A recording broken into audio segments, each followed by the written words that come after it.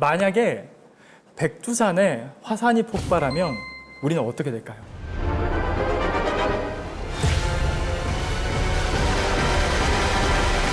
그럼 일단은 위에 있는 도시부터 이렇게 용암이 이렇게 점점 잠겨서 제주도로 다 몰리지 않을까요? 제가 고향이 제주도라서 저 방금 딱 그 생각했어요. 바로 밑으로 내려가야겠다. 네, 일단 안 그랬으면 좋겠고요. 그렇죠.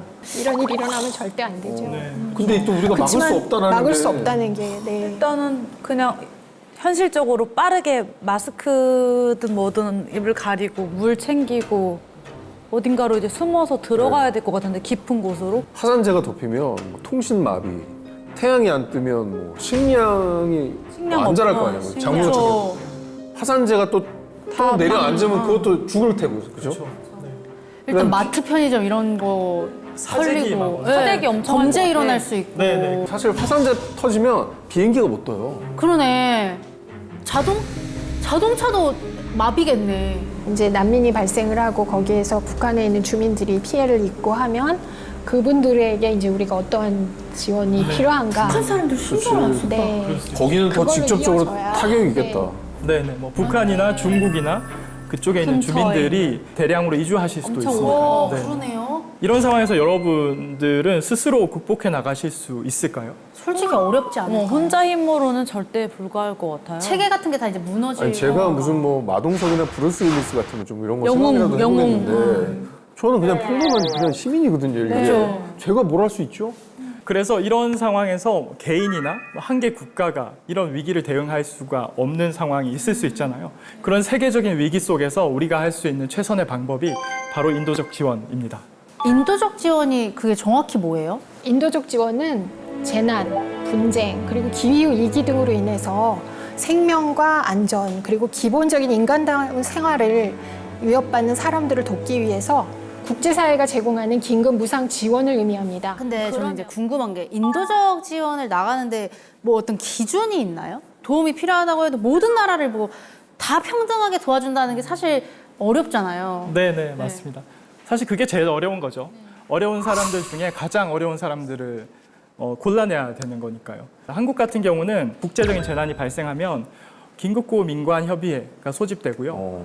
이제 긴급구호 민관협의회에서 KDRT라고 부르는 긴급구호대를 파견할지 말지도 결정하게 되고 코이카와 이런 NGO들이 같이 긴급재난에 대응하기 위해서 만든 라피드라는 플랫폼이 있거든요. 그 라피드가 소집돼서 우리가 이 재난에 어떻게 대응할지, 대응한다면 누가 어떤 역할을 하게 될지 네, 이런 것들도 같이 결정하게 됩니다. 체계적으로 이렇게 딱딱딱 하네요.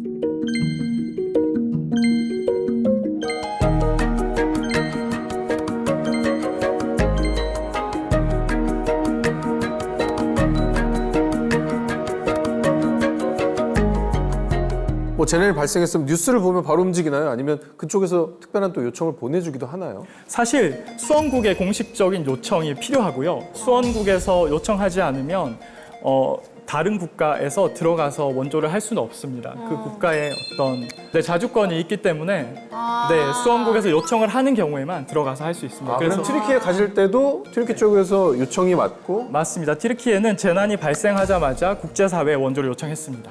그것도 중요하겠네요. 네, 굉장히 중요합니다. 요청 안 하면 요청하지 않아서 들어가지 받질 못하는 못하니까. 경우도 있습니다. 네. 이런 절차들도 굉장히 좀 중요할 것 같아요. 그렇습니다. 말씀하신 것처럼 사실 외교적인 관계도 많이 있고 아니면 정치적 상황 이런 것들도 고려를 하지 않을 수 없습니다. 그래서 여러 가지 그런 요소들을 고려하게 되는 거죠. 인도성, 중립성, 공정성, 독립성 이라는 네 가지 원칙을 중심으로 인도성이라고 하는 것은 고통을 겪는 사람들의 생명을 구하고 인간으로서의 존엄을 지키는 것이 최우선이다. 누구든지 구호 대상이 된다는 의미입니다. 고통에 빠진 사람들은. 두 번째는 중립성입니다. 인도주의 활동은 분쟁 당사자 중에 누구의 편도 들지 않고 정치나 종교나 이념에 개입하지 않는 것입니다. 그렇기 때문에 갈등 지역에서도 신뢰를 유지하면서 우리가 활동이 가능할 수 있겠죠. 세 번째 공평성은 차별을 하지 않는다는 의미입니다. 지원은 필요에 따라서, 즉 가장 필요한 사람에게 먼저 지원돼야 되고 그때 인종이나 국적, 성별, 종교 등 어떤 차별도 있어서는 안 된다는 의미입니다. 마지막으로 독립성입니다. 이것은 활동하는 기관들의 자율성을 존중하는 의미인데요. 외부 압력 없이 자율적으로 독립적으로 수행될 수 있어야 됩니다.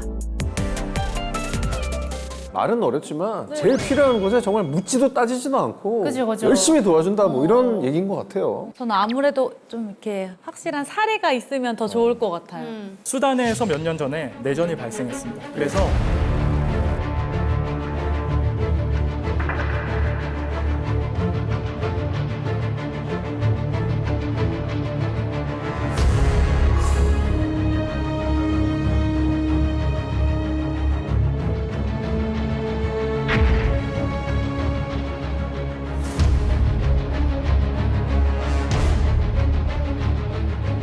수단에 지금 한 1,300만 명 정도 되는 사람들이 이제 전쟁이 나니까 피해서 피난을 떠났거든요. 그중에 한 700만 명 정도는 수단 내에 다른 지역으로 갔고 400만 명 정도는 뭐 인근에 있는 국가들 남수단이나 에티오피아나 이집트나 차드나 이런 곳들로 이렇게 흩어져 있는데 이분들은 갑자기 이렇게 전쟁을 피해서 갔기 때문에 아무것도 못 가져갔을 거잖아요. 네. 네. 그러다 보니까 식량이나 식수나 그리고 지낼 거처도 없을 거고 위생시설도 잘 안 돼 있을 거고 이런 것들이 전혀 준비되지 않은 상황일 테니까 이분들에게 기본적으로 인간의 존엄성을 지키면서 또 생명 위협을 받지 않으면서 고통받지 않으면서 지낼 수 있도록 여러 가지 지원들을 해드리는 거죠. 그게 인도적 지원이라고 이해하시면 될 것 같습니다. 네, 비슷하게 또 미얀마 카친주에 국내 실향민, 분쟁이나 이런 기후변화가 생기면 이주를 해야 된다고 그러지 않습니까? 그러면 이제 국내 실향민이라고 우리가 부르는데요.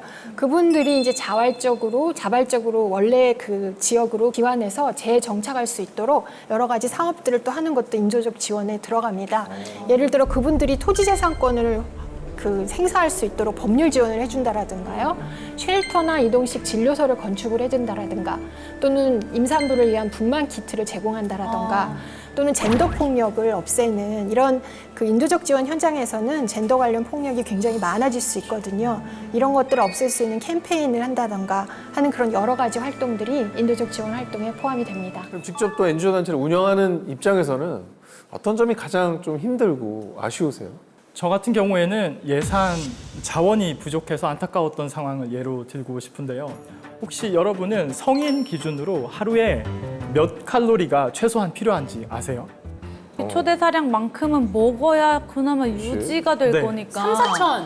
3, 4천. 네, 2천 이상은 먹어야 되지 않을까요? 그래서 저도 한 1,500에서 뭐 2,000 네. 사이로 들었거든요. 기초대사량. 그거보다는 그래도 좀 많이 먹어야지. 왜냐면 영양분이 들어와야 되는. 필수로 필요한 게 최하가 그거니까. 네. 그렇죠. 최소 필요. 숨만 쉬어도 네, 필요한 거니까. 이게 사실 어떤 기후에 사는지 그리고 어떤 일을 하면서 사는지에 따라서 기준이 다 다르긴 한데 네. 국제기구에서 가지고 있는 기준은 성인 기준으로 하루에 2,100kcal의 식량이 필요하다.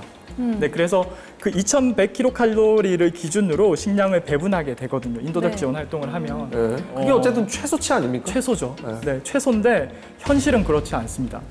2,100kcal가 100%라고 하면 작년 같은 경우는 70% 정도 배분했고요.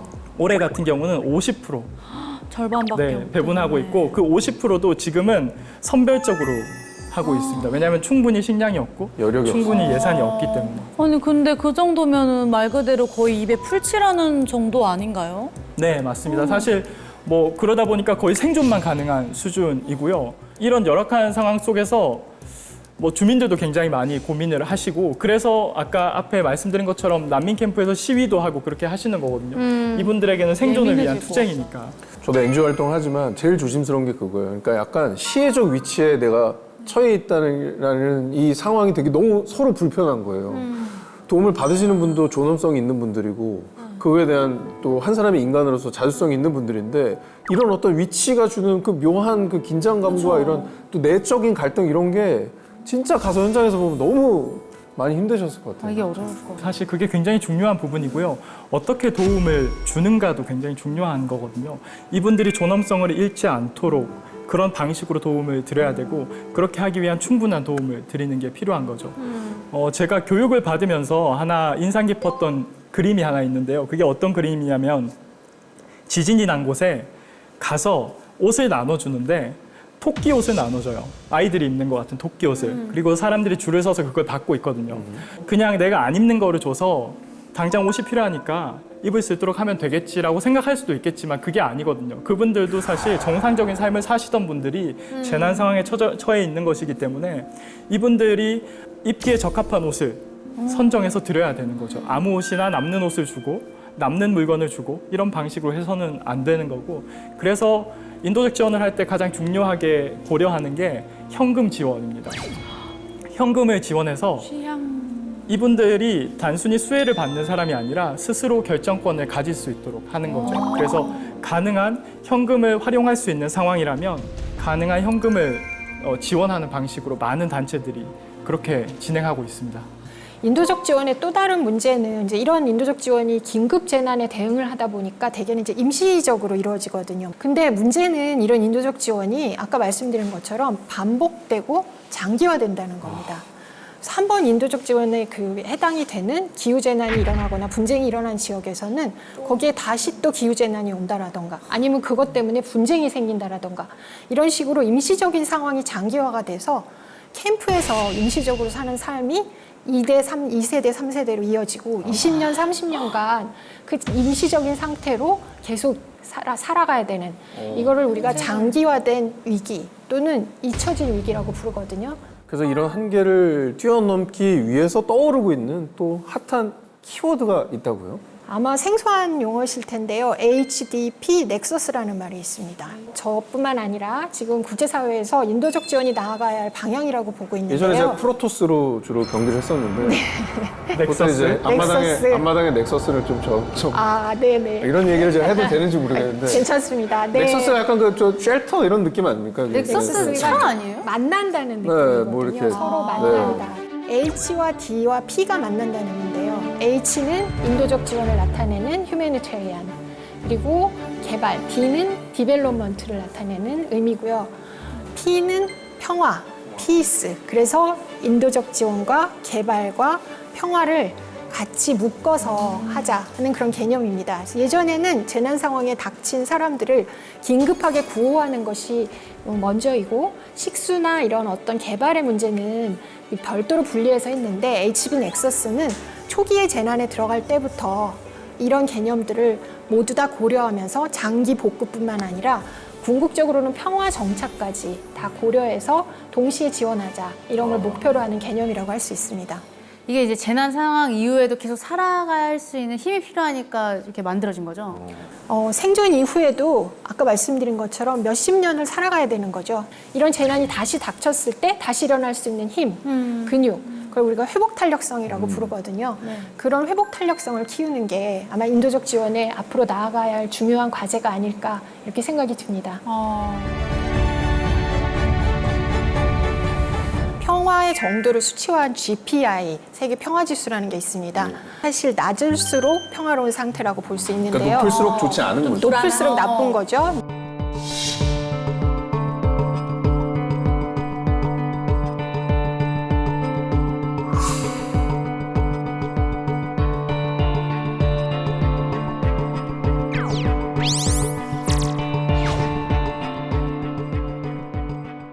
올랐네요? 높은 정도가 아니고 세계 2차 대전 이후에 역대 최악의 수치라고 합니다. 어머.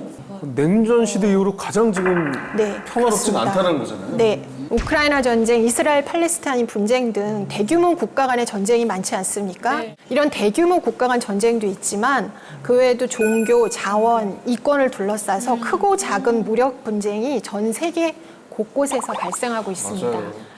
현재 59건의 국가 간 분쟁이 있고요. 110건 이상의 무력 충돌이 동시다발적으로 진행하고 있습니다. 2024년 한 해만 15만 2천 명이 분쟁으로 사망을 했는데요. 이 역시 1945년 이후에 가장 많은 수치라고 합니다. 사실 전쟁이나 분쟁 외에도 우리가 평화롭게 살 수 없도록 하는 다양한 원인들이 많이 있는데요. UN 인도주의 업무 조정국이란 곳에서 매년 글로벌 인도적 지원 수요 보고서를 발표합니다. 그 보고서에 보면 세계 위기의 주요 원인으로 분쟁 그리고 자연 재난을 같이 꼽고 있습니다. 지진도 있었고 그쵸. 홍수 났고 그쵸. 그쵸. 태풍도 네. 있을 수 산불도 있죠. 네. 산불도 났고 네. 네, 해일도 있을 수 있고. 그죠.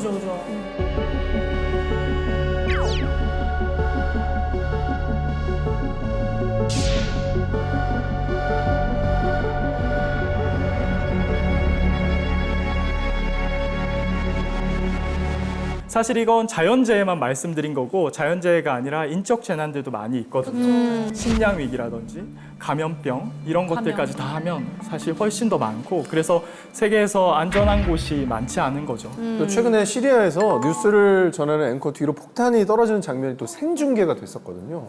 정말 충격적인 장면이었는데 진짜 말씀하신 대로 세계 곳곳이 이제 안전한 데가 별로 없겠다라는 추측이 되네요. إن الجيش سيواصل مهاجمة 어머. 어우, 여기까지 다 올려 완전 땅이. 충격파가 확 오네요.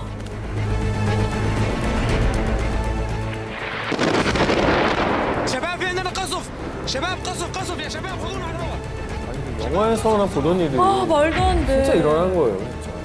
بسرعة يا شباب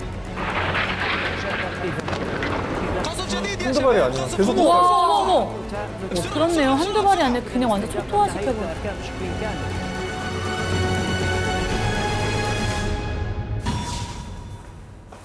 근데 뭔가 저는 사실 교과서에서만 전쟁 이렇게만 생각했지 진짜 실제로 지금 막 전쟁이 일어나고 있잖아요. 그래서 예전에 비해서 뭔가 불안한 마음이 요즘 더 커지는 것 같아요. 근데 팀장님은 우리가 이렇게 위험하다고 생각되는 곳에 직접 또 가서 구호 활동을 하시는 거잖아요. 네. 가서 경험해본 현장 중에 좀 기억에 남는 곳이 있었습니까? 네. 워낙 큰 그 재난이었어서 튀르키예와 시리아에서 발생한 지진이 저한테는 가장 기억에 남는 곳이었습니다. 이제 건물을 더 튼튼하게 저거 짓고. 너무 충격적이었었어. 저 영상. 그냥 사람들 앞에서 와르르. 야, 또 완전히 이제 도심 한복판에서 일어났기 때문에 네. 피해가 굉장히 컸습니다. 그냥 건물이 그냥 우리 후로 진짜 없어지네요. 먼지처럼. 이게 내진 설계가 돼 있지 않으면 저게 무너질 수밖에 없다고 그러더라고요. 사실 가보니까 모든 건물이 다 이렇게 저런 무너져 상태예요. 있어요? 네. 근데 내진 설계 기준에 비해 엄청나게 큰 또 지진이었다 보니까 네, 피해가 맞습니다. 엄청 컸어요. 워낙 대형 지진이었고요. 아, 속수무책이지 뭐. 아유, 아이들 갇혔어.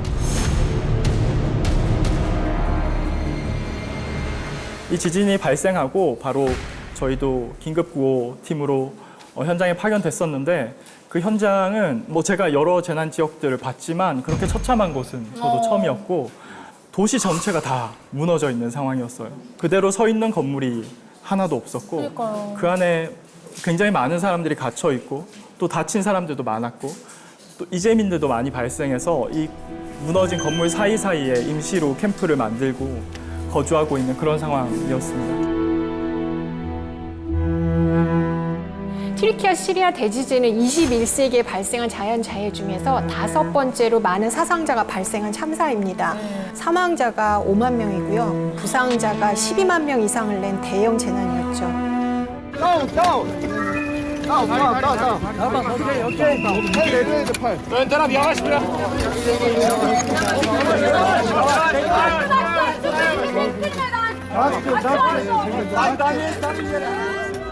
뉴스로 보는 뭐 저희도 큰 충격을 받았지만 무엇보다도 대규모 여진이 발생하면서 그쪽 분들이 정말 공포에 떠셨을 것 같아요. 활동가 분들에게도 사실 굉장히 위험한 순간이었을 것 같은데요. 네, 맞습니다. 지진 이후에 여러 번 여진이 있었고요. 저희가 구호 활동하던 중에도 큰 여진이 몇 번 있었는데 캠프 밖에서 저녁을 먹으려고 준비하고 있는데 갑자기 지진이 발생해서 저녁 먹으려고 올려뒀던 음식들 다 쏟아지고 옆에 건물들 다 무너지고 네, 사람들 막 부둥켜 안고 소리 지르면서 두려워하고 그랬던 기억이 있습니다. 네.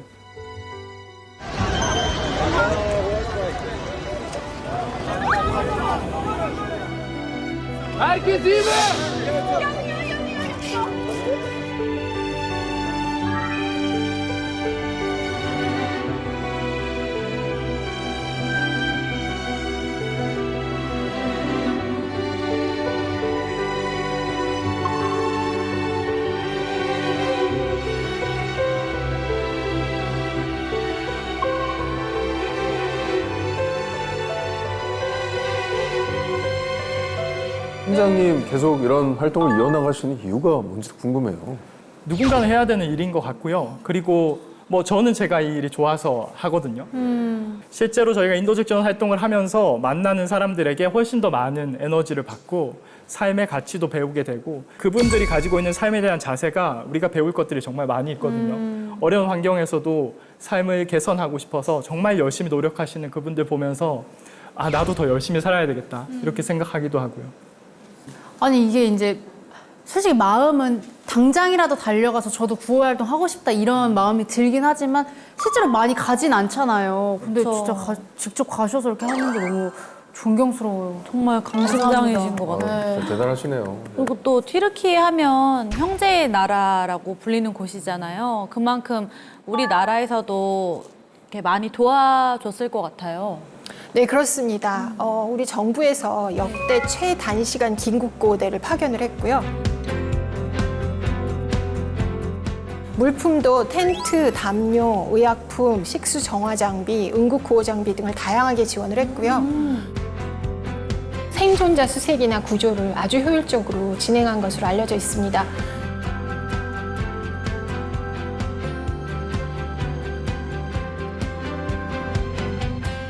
무엇보다도 정부와 민간, 우리 팀장님처럼 같이 이렇게 협력을 해서 굉장히 종합적이고 체계적인 그런 지원을 했습니다. 저는 이제 지진이 좀 가라앉은 다음에 정착촌 사업을 하는 것을 그 현장에 간 적이 있었는데요. 거기에서 만난 그 관계자분들이나 튀르키예 정부 관계자 또는 국제기구 또 그리고 지역 주민들이 대한민국의 그 지원에 대해서 너무나 감사해하고 이런 그 지원을 꼭 보답하고 싶다 이런 얘기를 해주셔서 굉장히 가슴이 뭉클한 그런 순간이었습니다. 저희 뭐 6.25 때부터 이어졌던 혈맹 아니겠습니까? 또 그런 어떤 이웃으로서 당연히 외면할 수 없었던 상황이었는데요. 무엇보다도 예측할 수 없기 때문에 이렇게 무서운 게 재난 아니겠습니까? 근데 이 상황 속에서도 모두가 하나 돼서 재난에 대처하고 또 서로 구활동하는 이 모습이 정말 든든하게 느껴지네요. 그러게요. 사실 우리나라는 지금은 도움을 주는 공여국이지만 6.25 전쟁 그 이후에는 저희 아무것도 없었잖아요. 그렇죠.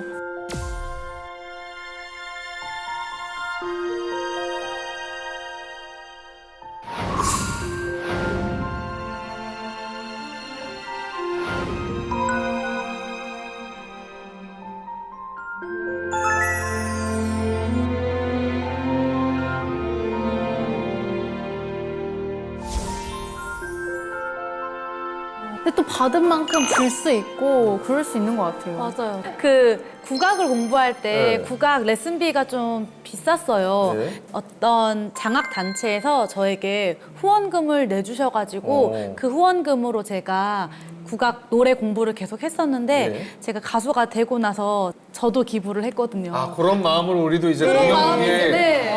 그래서 기부천사가 이렇게 되셨군요. 돌고 도는 것 같아요. 그죠, 선순환이 되면 아니, 좋죠. 그 마음을 또 잊지 않고 계신다는 게 정말 대단하다는 생각이 들고 사실 전 세계에 이런 나라가 거의 없습니다. 그죠? 네, 그렇습니다. 수혜를 받던 나라가 발전을 해서 공여국이 된 나라. 저는 대한민국 거의 유일한 것 같거든요. 대단히 자랑할 만한 일이고요. 1990년대 후반부터는 우리도 개발도상국에 대한 그런 지원을 시작을 했고요. 96년에는 우리가 OECD에 가입을 하면서 수혜국 명단에서 빠져나올 수 있었고요. 그때 왜 그게 종료된 거예요? 어머. 그리고 2009년에는 OECD 다크라는 그 원조에 관한 기구가 있거든요. 거기에 정식 가입을 하면서 원조를 받는 나라에서 주는 나라로 공식 전환하게 된 세계 최초이자 유일한 사례가 되었습니다. 돋았어요, 방금. 네. 세계 최초예요. 이거 왜 해야 돼? 했을 때 한국 봐. 이렇게 됐어. 한국 이렇게 발전해서 전 세계에 기여하고 있는데 해야지. 중요한 근거가 되는 거죠, 우리나라가. 이런 한국이 수혜국에서 공여국으로 탈바꿈할 수 있었던 가장 큰 이유 중에 하나가 1991년에 코이카 한국국제협력단을 설립했습니다. 그때부터 이제 제대로 추진력을 얻기 시작한 거죠. 그러면 대한민국에서는 코이카가 인도적 지원하면 딱 떠오르는 첫 번째 단체인 건가요? 네, 대표적인 기관이라고 할 수 있습니다. 그런데 인도적 지원은 앞서도 말씀드린 것처럼 정부와 민간이 협력해서 하는 그런 사업이기 때문에 코이카뿐만 아니라 우리 박한영 팀장님 활동하시는 민간 NGO의 활동도 굉장히 중요하고요. 이외에도 다양한 국제기구들과의 협력을 통해서 이런 인도적 지원이 이루어지고 있습니다.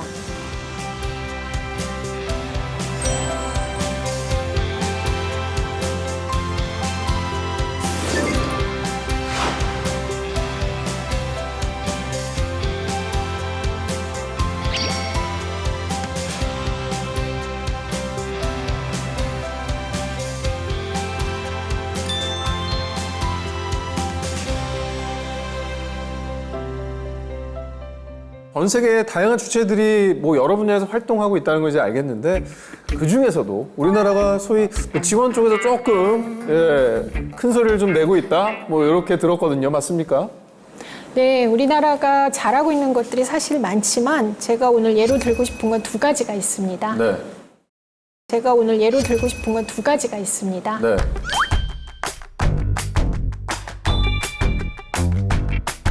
K-팝. 주제랑 어긋나게 주제는 좀 어긋나 봤어요. 빠르게 하는 거 뭔가 되게 간단한 키트 만드는 거 엄청 빠르게 잘할 것 같아요. 밀키트.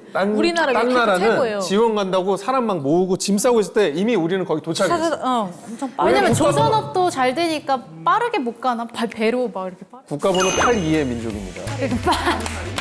팔이 많네.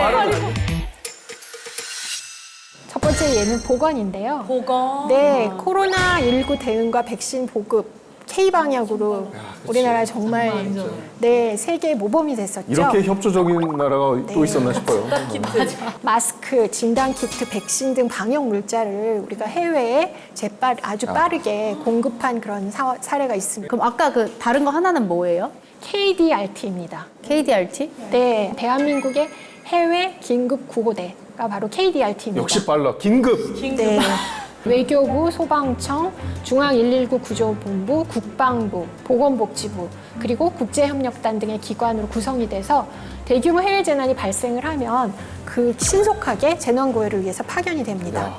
그 자랑스러운 것은 우리 그 KDRT가 UN 국제탐색구조자문단으로부터 최상급 등급을 받았고요. 신속하게 하지만 또 아까 평가가 좋다는 건 잘했다는 거죠. 맞습니다. 네. 인도적 지원을 통해서 국격 또한 점점 올라갈 수 있기 때문에 우리가 단순한 도움을 주는 게 아니라 그로 인해서 또 많은 어떤 국익을 얻을 수도 있는 거죠.